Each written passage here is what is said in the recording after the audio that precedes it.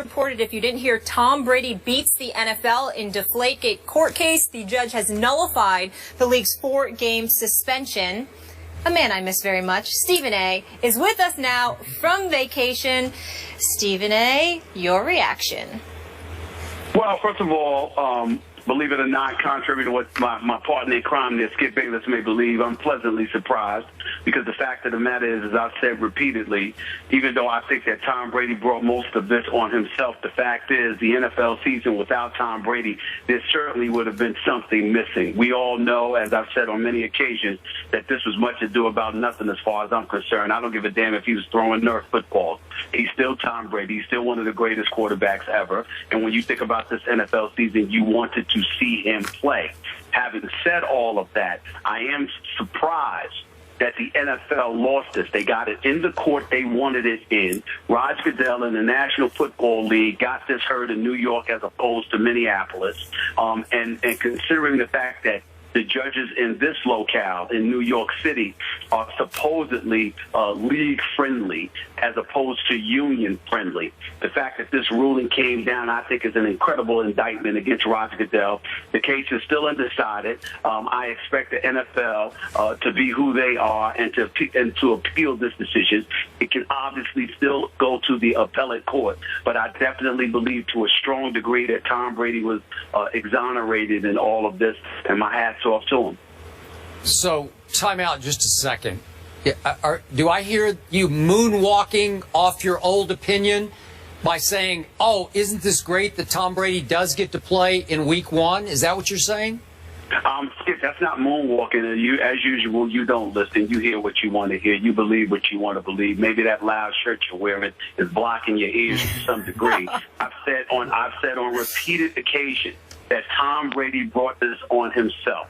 All he needed to do was to be a bit cooperative, a bit more cooperative, and it would not have come to this point. Tom Brady, according to reports, confirmed as much because that's why he was willing to accept a 1 to 2 game suspension, in all of this, because they were going to deem it cooperative just as long as they did not insist on him admitting and acknowledging some level of guilt. If I remember correctly, that has been my consistent position. I've also stated on many occasions I still wanted him to play football. I just blamed this to some degree on him because I felt that had he been a bit more cooperative, if you recall, Skip Bayless, I repeatedly said on numerous occasions, you are Tom Brady.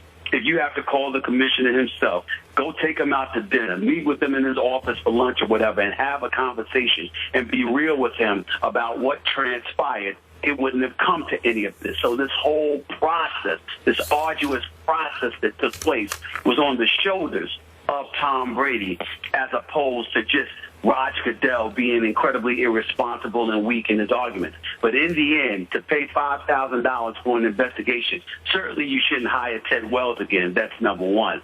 Number two, if you're Tom Brady, I'm going to agree with what Shannon Sharp said just a few minutes earlier. And by the way, Shannon, keep doing a great job. I'm proud of you, bro. Thank you, bro. The bottom line is Shannon Sharp highlighted how if you're Roger Goodell, maybe it's in your best interest to step back and say, we lost this, let's move on in the best interest of the league, in the best interest of all parties concerned. You fought the good fight. You thought you had this power. The Players Association challenged it. They won. Eat it. Live with it, and let's move on and get back to the business of discussing football. Stephen A., I agree with you, and I'm shocked that the league lost this case also. But what it goes to show you, although the players and the owners gave Roger Goodell absolute power, the judge basically said, your power, you were so egregious in the punishment that you handed down, I have no choice but to vacate this. Well, I think the judge definitely said that, and it's perfectly within the judge's right to do so. I think the thing that we all have to be alarmed about is precedent usually states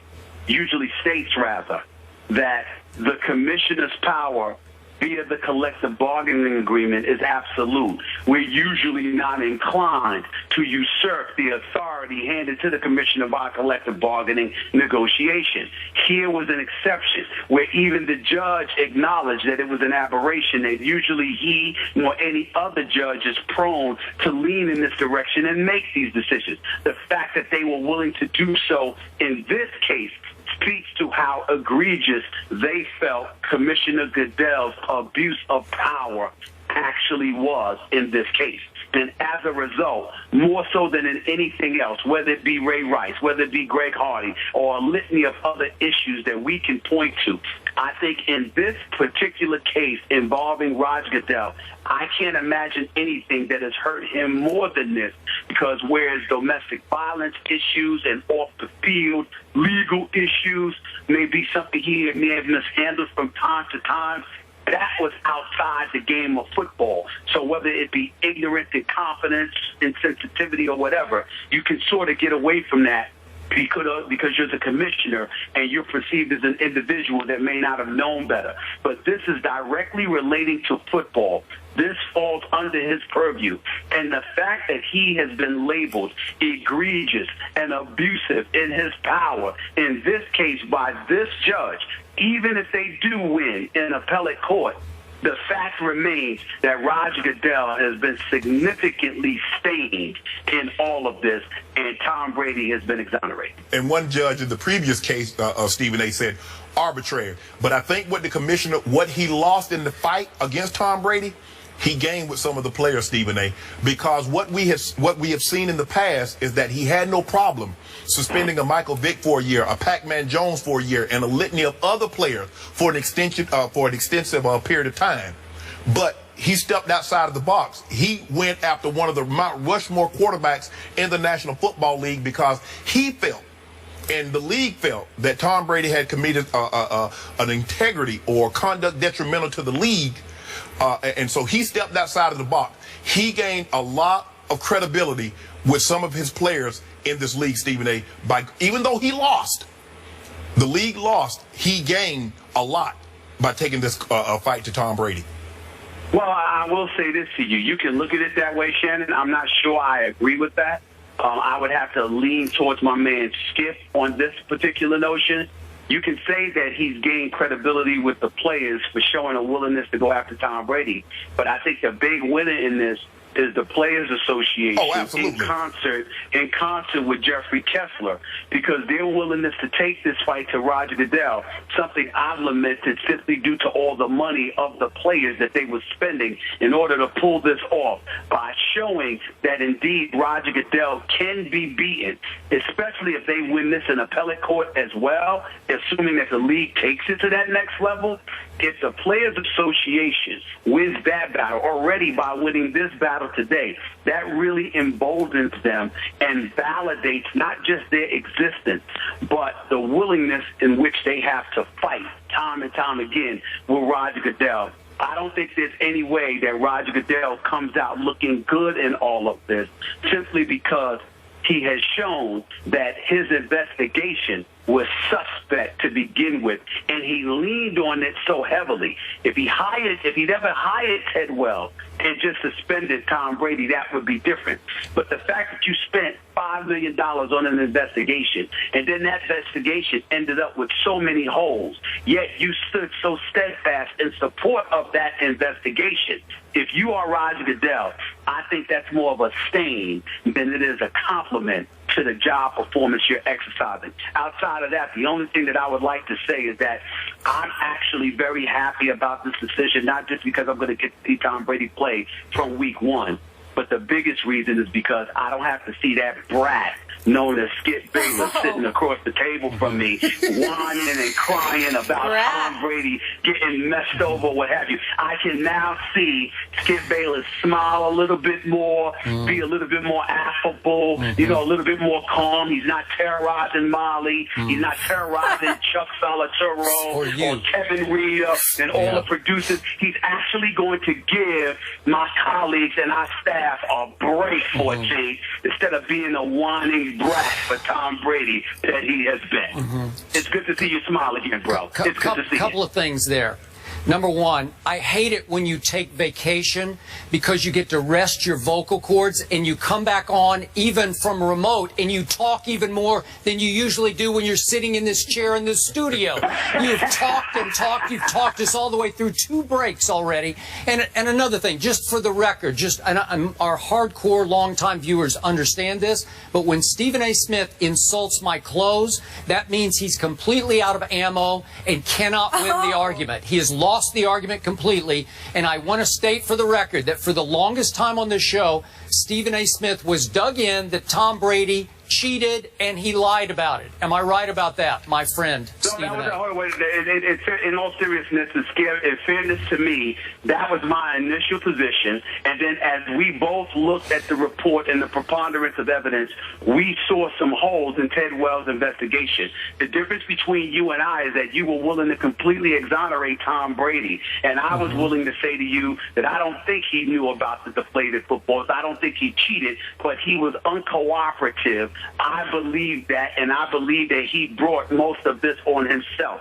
And had he been a bit more cooperative and worked the cachet that comes along with his great name, then obviously I think the results of all of this would have been incredibly different, because I don't think it would have gotten to this point. Okay. I think it got to this point because he's been fighting unnecessarily. That's what I said, and I still stand by that. Fair enough. Now, remember what I told you 2 days after the Wells report came out, that Tom Brady's ultimate goal here, long-term ultimate goal, take down the commissioner, expose his lack of integrity or credibility, whatever you want to call that, to the point that he could lose his job over it. I'm going to point out to you, Stephen A., remember, the previous commissioner, Paul Tagliabue, came in on top of Goodell's Bountygate rulings and rescinded all those, vacated all those. Remember that? That was a terrible blow to Roger Goodell. This is an early, terrible blow to Roger Goodell. Again, I don't know how this is going to play out in appellate court, but my question back to you is, could this ultimately cost the job of a commissioner who's clearly still very well liked and respected by the majority of owners?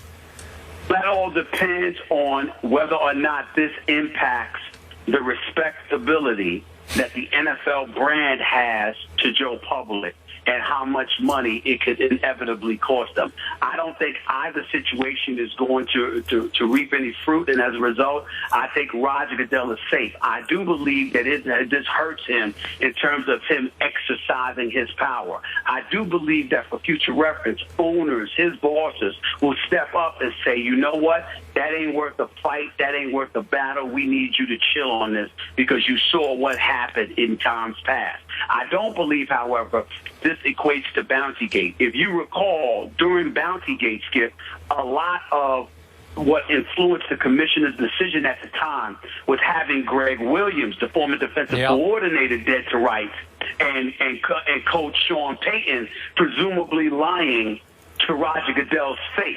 So those things emboldened Roger Goodell to make the decisions that he made. And even though Paul Tagliabue came to a different conclusion, we could sort of understand why Roger Goodell jumped to the conclusions that he jumped to in light of Greg Williams and Sean Payton. In this particular instance, all he had was the Ted Wells investigation, an investigation that the league paid $5 million for. So I think this is far more incriminating to the reputation and to the respectability of Roger Goodell than Bountygate. Okay, one last quick point. I have a confession to make publicly.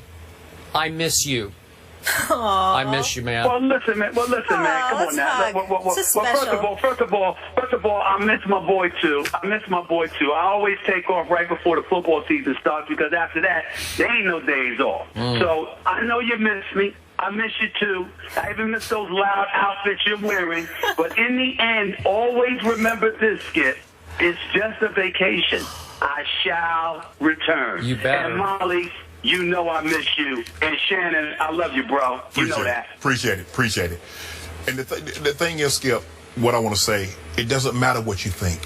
When I was in college, my criminal law professor said, son, it's not what you think. It's what can you prove. And looking at from the commissioner's point of it, okay, he thought he had Tom Brady. He thought he had enough probable cause, more probable than not, generally aware. whatever that standard is in civil that he was using. But the judge says, you can't prove this. No direct evidence. And that's so either they're going to have to adopt a new standard where probable cause, where the civil, where more probable than not, unless they have a smoking gun, definitive proof, because this standard, clearly the judge have frowned upon it. The standard works in the NFL court, but it doesn't work in the real court. Exactly. Right? I guess so. Yeah. Stephen A., thank you so much for joining us. Hope you're relaxing. Have some fun there. Let your hair down. And I'm lovely. I'm lovely. I'll see y'all Tuesday. Drink some water for me, Let your hair down. It means enjoy yourself. No, I won't say it. What? Oh, okay. Stephen A., we miss you. We'll see you soon here. You guys, I got to share 2 tweets. Foxborough Skip, your final thoughts. You know, Shannon, I'm sure a whole lot of Brady haters and Patriot haters are, so to speak, deflated right now as we speak. But listen, no Tom Brady for the first 4 games had cast a pall over the start of the NFL season. Yes. And now that he is definitely going to play weeks 1 through 4, I am so ready for some football. Yes. I think everybody is. I agree with you, Skip, because with him, if he had been suspended, that's the topic of conversation. Yep. No matter how great the games are, you're still talking about the New England Patriots, the reigning Super Bowl champs, playing without the Super Bowl MVP. Now that he's playing, now we can get back to talking about who has the best chance of getting to meet in Super Bowl 50. And as you mentioned, you have to like the Patriots because Tom Brady has given me no indication that he's slowing down. Now, you mentioned all the injuries on offense that I didn't even know about. I was just talking about their defense. But we know Coach Belichick teams, they progress as the season progresses. Don't be surprised if at the end we're like, I can't believe they got back again. Yeah. The Patriots, Cowboys? Patriots, Cowboys. Yeah, who you picking then? I reserve the right to not pick anybody if that happens. You got another one of your guys going. You know, I have mixed emotions because now Tom Brady will be back for the 4th game, if memory serves. That's at Dallas and Jerry World. Yes. So that I have mixed emotions because now that gives the Patriots a lot better chance of beating my Dallas Cowboys. The happiest people are the person that the network that has that game. They're the most happy. Wow. You've got some other things to watch tonight, though. Tim Tebow, we forgot about him. I will be watching every snap at 7. and hoping they're not last snaps. And then how about college football? Michigan at Utah. That kicks off tonight as well. How about TCU at Minnesota? All that fallout tomorrow right here on First Take. Shannon, thank you so much. Way to go. Thanks for having me, Molly. We'll see you Great again job. soon. Thank you. Skip, congratulations. Thank you guys for hanging with us. Have a great day.